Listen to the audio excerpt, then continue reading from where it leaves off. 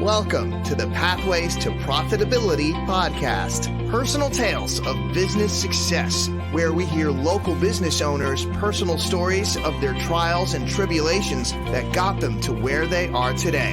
Here's your host, Cheryl Mucha, CEO of CFO Your Way. Hello, and thank you so much for joining us today. I am so excited to have Maria Rini with us today. She is a real estate broker with Remax Associates. Hello, Maria. Hello, Cheryl. I always like to start the podcast with just a little bit of a background about you and Remax and working with your husband and how exciting that is. So just give us a little bit of a background. I don't know if I would describe working with your husband as exciting. Certainly challenging. No, so I have been a real estate agent for 28 years, working with my husband for most of those. I'm what they call a broker associate, so we're both licensed brokers, and we have a small team. We've got a full-time administrative assistant and a buyer specialist on the team too. I don't know what else I can say about us and coming together, but it's been a challenging past year, but we're grateful to be here. And thanks for having us. Oh, we're so glad you're here. So tell us a little bit about what your specialty is, residential real estate. Is there a specific area? Just kind of give us the... Yeah, so we service primarily Bergen County and some surrounding areas. And now that we've brought our buyer specialist, Corey, on, he's also licensed in New York, so we can go a little further north. And Hudson County also. We do residential real estate in the main and have been doing that throughout our career with the little small commercial thrown in. And I'm a certified luxury marketing expert also, although we serve every price point out there. Great. So been in business a long time, and I know COVID was obviously a struggle the last 18 months, but kind of pre-COVID, were there any like real struggles that kind of stood out for you over the years in developing your business and getting the business up and running? Yeah. Real estate is notoriously unpredictable. And so flattening out those highs and lows of business, and this may be true of a lot of other businesses too, had always been a challenge. How to get that steady stream of business where you're not caught up in prospecting for the business and then servicing the business. So I think a lot of businesses probably have this same horrible wave where you prospect, you get the business, and now you've got to service it. And while you're servicing it, you neglect the prospecting, and down the new clients go. So it's this constant roller coaster. And learning how to flatten that curve and produce a predictable influx of business over time has really been the challenge, and something that I think we have come out the other side of. So, yeah, I think that from my experience, at least, that up and down of servicing and building the business in the pipeline is really in every business, and we have to really split our time appropriately to take care of both. And it is a struggle for our business owners. Yeah, and I think our goal is always to minimize the stress. I mean, we're involved with people during one of the most stressful events of their life, making a move. So it's always to minimize the stress and give an excellent experience. if we're doing our job the best we can, our clients are going to feel compelled to refer us. So this is how we make our business grow. And sometimes it is a challenge because you want to give it your all. You want to make it the best experience possible, but you've always got to have your eye on the prize of the next, having the business fuel itself and the next client coming in. And the best pipeline is your current client base. Oh yeah. Send your referrals. And that too is any business. Yes, absolutely. Because they come to you with a very high level of trust, right? If they come to you referred by somebody else, you've already got credibility, you've got trust, you've got competence all built into that first encounter with them. You're not having to prove yourself to a stranger because you've got that third party endorsement. So it's a completely different dynamic when you are dealing with a client that's been referred into you. It's not winning the battle, and especially in a challenging market like this one, where you really have to trust the agent that you're working with. I'm in a very low barrier industry, right? So during the pandemic, our numbers have almost doubled. That's how many new agents there are there. Oh yeah. Typically 80% of real estate agents will leave the business within 2 years. 88% will leave over 5. So it's this constant influx of new people in the industry. And when you're in an incredibly challenging market like this one, experience counts. For the consumer who doesn't they just don't understand all the dynamics of what goes in, and there's that level of distrust, especially given this crazy market. So when you refer to somebody, that's just taken right off the table. Those statistics are amazing. The turnover in the industry. It's and it's kind of scary because I can imagine that if a buyer or even a seller starts a transaction and the agent decides to move on to something else, it kind of leaves the buyer or seller hanging high and dry. So the experience and the history and the knowledge of the market is so key in what you do. Yeah, and it's again now when you're working with buyers and they're in multiple offer situations at least half the time, right? That's right. About half the houses will go above asking. So when they're in these multiple offer situations and, my offer's in there to an agent that I've been working with for a couple of decades, who knows the way that we work, how meticulous we are with what we do, what professionals we are. She knows she's going to have whatever however we're representing our client is going to be in her client's best interest, right? So he or she has that level of comfort, it's an offer from Maria. We know this one's going to be solid. And that counts for something in this market, especially if you're a buyer out there getting beat up and scratching your head going, why do I keep losing all these offers I'm making? Maybe you don't have somebody skilled enough to put the right offer together. Right. Yeah, and that first presentation of the offer can be the one that closes the deal. Yeah, absolutely. Okay, tell us a little bit about the dynamics with you and your husband working together and how that came to be. Did you start the business together? Did one of you join later? Like, just real brief. No. He pushed me into the business when we were dating. He said, you work way too hard for other people. You have to have your own business. Rich was a bar owner. And anyway, after a couple of years, I had gotten so busy, I was kind of coming apart at the seams, knew I needed help. And he wanted a career change. So we came in together. It was difficult the first couple of years because I had the experience and it was kind of my business he was coming into. So you have that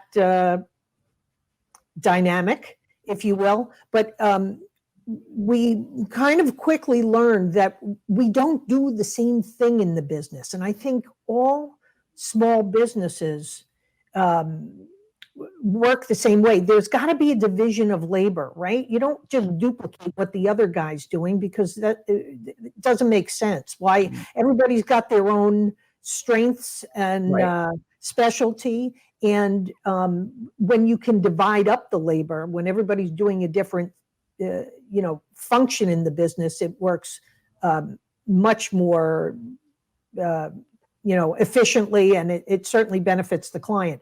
I'm out in the field, I'm going into the house, and I work more with sellers than Rich does. He does a lot of scheduling. He's in the field with buyers. He's meeting inspectors. He's and appraisers and contractors and this kind of stuff.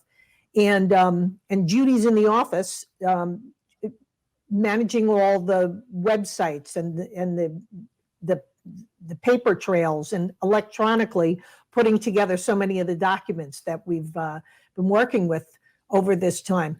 If I was sitting in the office putting together paperwork and monitoring websites and looking at social media analytics and all the other functions that she does, I couldn't be spending time in the field with my clients and directing stagers and organizers on prepping houses. And if I was at a home inspection or meeting an appraiser, I couldn't be meeting with clients. So it works for us because we have different functions in the business, and we're very different personalities too. My husband and I'm kind of high energy.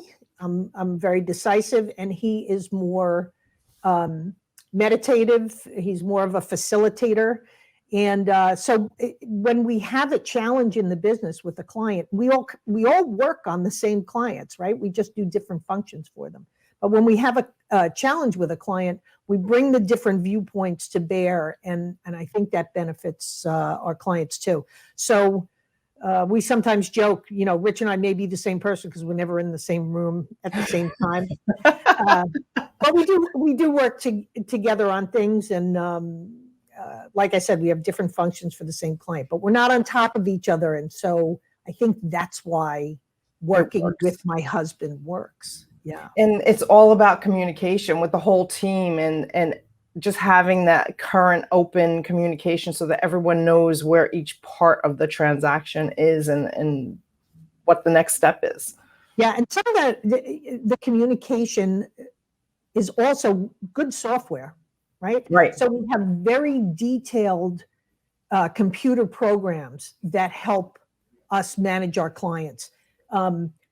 Like I said, Judy's in the office, and she's getting the communications out to them and the contracts, and but we've got very detailed what we call action plans for listings and for closings, whether we represent a buyer or a seller. And so we launch, if you will, we launch that thing when we take on a new client, and it's got very detailed steps that have to be followed. Judy maintains that database, and at any given time, I can go into somebody's record and see, oh yeah, the appraisal was done, it's in, the mortgage commitment's been issued, or this was the conversation with the lender, we're waiting on this piece of documentation from the state, whatever it is. And I know all the parties involved. If I'm on the road and have to contact an attorney about something, or a home inspector, any facet of the transaction, we've got all that data built into the record, all on mobile apps. So it's all accessible to everybody on the team. So that's in addition to, of course, communicating, as needed, but a daily rundown meeting with everybody on the team saying, okay, here are the listings in play, here are the transactions in play, where are we with all of these clients? Is everybody well taken care of? Is everything up to date? That's the process. It's the process that, in the flow of the process that, kind of keeps it all together, and having everyone contribute to that process and know that everyone's information is up to date and whenever. So it makes everyone that's involved in the process so much more efficient as well. Yeah, it's, they say there are an average of 267 people involved in your typical real estate transaction. Right. Now, I've never counted them all. I don't know if that's true or not. But there are lots and lots of people involved, and they can get really complicated at times. If we didn't have an electronic checklist process, if we did not have such a robust system, you can't reinvent the wheel every time. I mean, you certainly can't do it well, and you can't do the level of volume that we do too. Yeah, you can't reinvent the wheel every time, and you can't let any piece of that process can't fall through the cracks, because it'll delay the transaction. Yeah, exactly.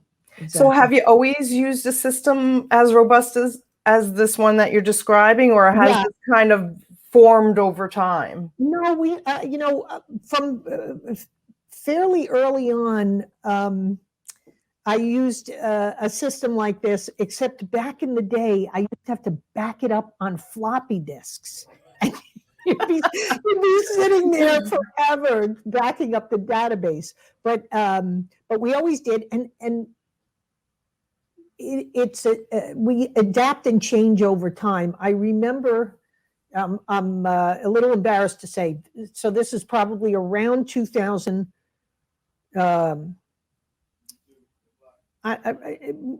the market turned, probably in the 2007-ish range, we really started leaning into staging. We started working a lot with stagers and organizers, because it became, when the market turned, it was time to really prep the houses to look their best. More of the real estate websites were allowing you to put more photos out there too. So the visual was really important. And this was when the market took a downturn, there were far fewer homes selling. So we wanted ours to look their best. And the first time, I think, we worked with a stager, and here was a closing coming up in a couple of days, and we realized, holy cow, we didn't destage that house yet. Like, that's still got furniture and accessories in it, and that's got to disappear before the closing at the end of the week. So, I mean, that's an example. I mean, a startling example of, wow, we've got to, this is something that has to happen. So you call the stager in, you got to, and a lot of these things are, well, if the closing's scheduled here, this thing's got to be scheduled so many weeks out to make sure that everything's done. So, bad example, but that kind of a thing when during COVID, I was going to. You had to have a COVID release form signed. So every showing had to have one of those submitted by the buyer's agent and logged in before you could actually make an appointment for somebody to see a house. Again, and some houses, most in the beginning, we had gloves and masks on, and some booties, depending on the house. And certainly it was one at a time. So over time, different things change, right? The instructions changed, the items we need for a showing changed, how we scheduled the showings changed. Even getting a CO for a client. Some towns required a very long window of opportunity for the inspector to get into the house. Some refused to do CO inspections, and so money was escrowed with the town, and everything in between. So again, all these different plans and all the different items that have to go into listing or selling a home have to be adapted over time, and we just, change as we go, right? Be flexible, but it's got to be baked into that plan so we can anticipate and not have any stress on the client. Right. That something Pivot was the key word during COVID, right? So it sounds like you were able to pivot and still accommodate your clients, buyer or seller, and make sure everyone was safe. Yeah. So Yeah. is there a specific person or experience that you could think back on that helped you decide, or was that the aha moment that made you get into real estate? No, I wish I could say, I was drawn to it or it was very intentional. It was, it was really my husband, my boyfriend at the time, who said, you work way too hard for other people. You need to be working for yourself. And at the time I was broke. And it was a low barrier industry to get into. I could start my business with very few dollars, and that's kind of how I fell into it. And it was only over time that I kind of developed the philosophy that if you do, and again, Rich had said, I think you'd be great in real estate because I know lots of realtors and you'd run rings around them. So, right, there are so many that are part-time. They, Right. They don't treat it as a real business. Again, they're in, they're out. So he saw me as somebody who was very professional in what I did and thought I could translate that to this industry. And I think that's who's successful, and it's any business who treats it very seriously. It's not a hobby, and it's a business, and it's not a job. And there's a difference between the two. You just, especially now, right? Contractors, everybody's busy, busy, busy. Everybody's doing home improvements, and spending more time at home, so they're spending more dollars on their homes. And a lot of tradesmen are very busy. So the business owner is going to call you back and say, hey, we've got, a 2-month wait, or I'm doing estimates on Saturday mornings, but the earliest we could get to your project is this date. And the guy who's just given himself a job and doesn't think like a business owner just isn't returning the phone call. So this too shall pass, and we will come to a time when things are slower and you're looking for the business, and I know who I'm going to remember, right? Right. So I think that's the difference, and that's why we've been successful, because we've treated this like a vocation, even though I stumbled into it backwards. It's become a business, and it's become the family business. Right. And we take it very seriously, and we, really want our clients to feel that they have gotten the very best service possible, and they feel compelled to refer us. And so, we have that, we're the angst buffer for them, right? We're taking care of all the details so that they can feel like they've got, they're in really good hands. Right. And enjoy their new home, right? Yeah. I love what you said too about the passion for what you do, and even being a business owner, doing what you love to do. And it's not really a job. It's you enjoy every day because you enjoy what you do. So it's not like working every day. Yeah. It's working, but it is working. We enjoy it.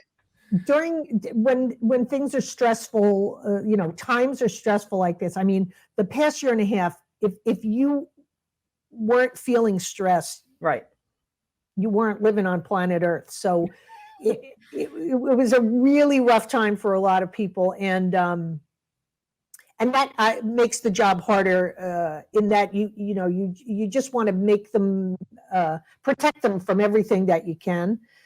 And I saw a quote once: "We solve problems you don't know you have in ways you can't possibly imagine." And I say that with tongue in cheek, but that's we want to act like a shock absorber, for the client and take care of all those details. But it has been a really challenging time, and people have been desperate to make a move. Or the theme that I think is consistent is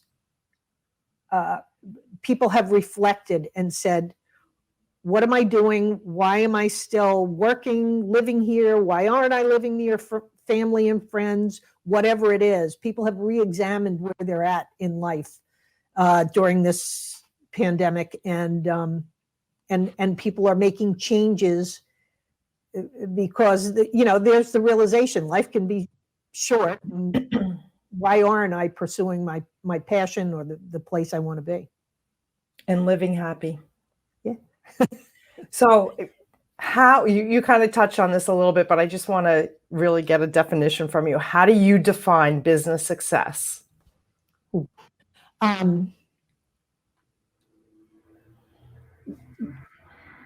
Business success is when the client really feels we've given them extraordinary service, and it shows up in the wow, you guys were amazing reviews, and the gifts and the invitations to events at their homes, and in the way that they refer us. When you get I was on an appointment last week, and I had been referred by her accountant, and she had called the accountant because she was thinking about, what should I do, and should I make the move, and blah, blah, blah. And he said, just call Maria. Just call Maria. And he kept insisting. She goes, you're here because he just insisted I speak with you. And she had a lot of moving parts, but so part of the dynamic was, I'm going to go in there. I'm going to really try and break down what they want to do, what they're hoping to accomplish. And I'm going to make sure all those different areas are taken care of. So that really says success, where a professional that I admire is insisting to one of their clients, you have to call them because I'm sure they're going to do the right thing for you. So, yeah. That's a great definition. Thanks. So let's switch a little bit to work-life balance. So what do you do to have a good work-life balance? Because I know, real estate can be a 7-day-a-week job. How do you kind of separate that out and still, take time for Maria?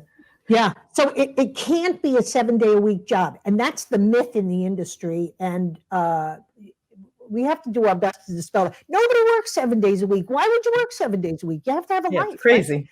Right? Yeah.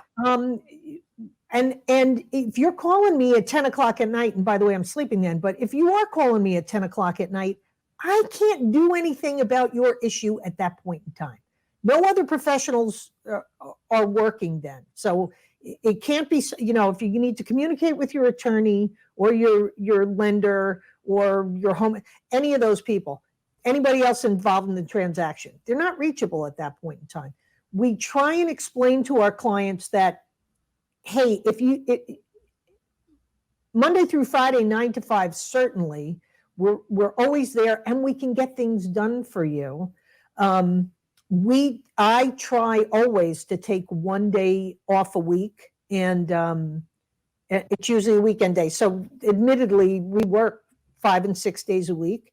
I do schedule vacations, and they are sacred, and we can do that because I can go on vacation with peace of mind because I've got 2 wonderful professionals still in the office when we're gone. So we always prep our clients ahead of time, let them know we're going to be gone during that period of time. But Corey and Judy are there to take care of them if anything popped up, even if I'm, on safari in Africa or something crazy. So I do put the vacations on the calendar at the beginning of the year. I do take a full day off from work, and we really try and anticipate our clients' needs. So in the case of buyers, we've got Corey there as backup if we're taking a day off. If something popped up on the market and they had to take a look at it on one of our days off. But you have to refuel and recharge. And I always keep this in the forefront. I can't do a fabulous job for you if I'm depleted, right? It's like, put your mask on first on the plane, then you can help everybody else. So unless I'm recharging, I can't be as effective for my clients. I'm not as sharp. I'm not as, in tune with what they might need if I'm feeling laggy or neglecting myself. So we always take a full day off a week, always schedule those vacations, not answering my phone late at night, and we've got great backup. So I think that's how we do the balance. That's great. And I think we can add to the business success definition is the great team to support you and give you the comfort that your clients and your business is in good hands and will be taken care of in your absence. Well, yeah, that's what CFO Your Way is all about, right? You fill this need. Somebody can't do what you do as well, would struggle to spend the time doing what you do. And you really got to play to your strengths. So you need a professional who's going to advise you and take care of those things that you're not especially equipped to do. Right. We've done that, and that's what you do for other businesses. Exactly. Yeah. So tell the audience how they can get in touch with you. Okay. We are on Maria at bergenhouses.com or thewelcomehometeam.com. And or just Google me. But give us a call if there's, happy to answer questions. Never feel like it's too early to call a realtor, whoever you're calling. Right.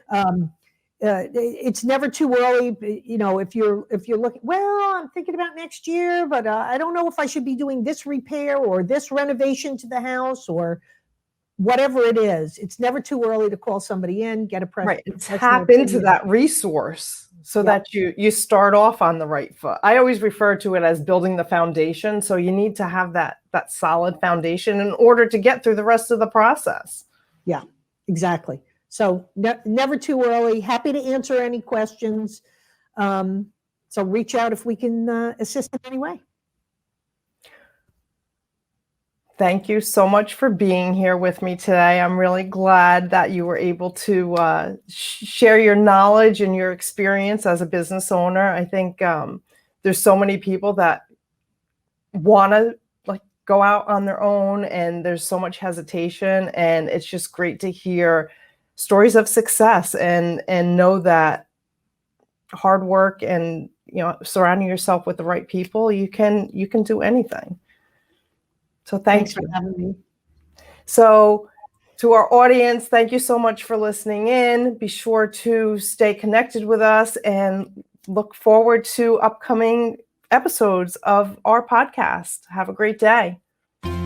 That's it for today's episode of Pathways to Profitability. Remember to ask yourself, where can I pay my success forward today?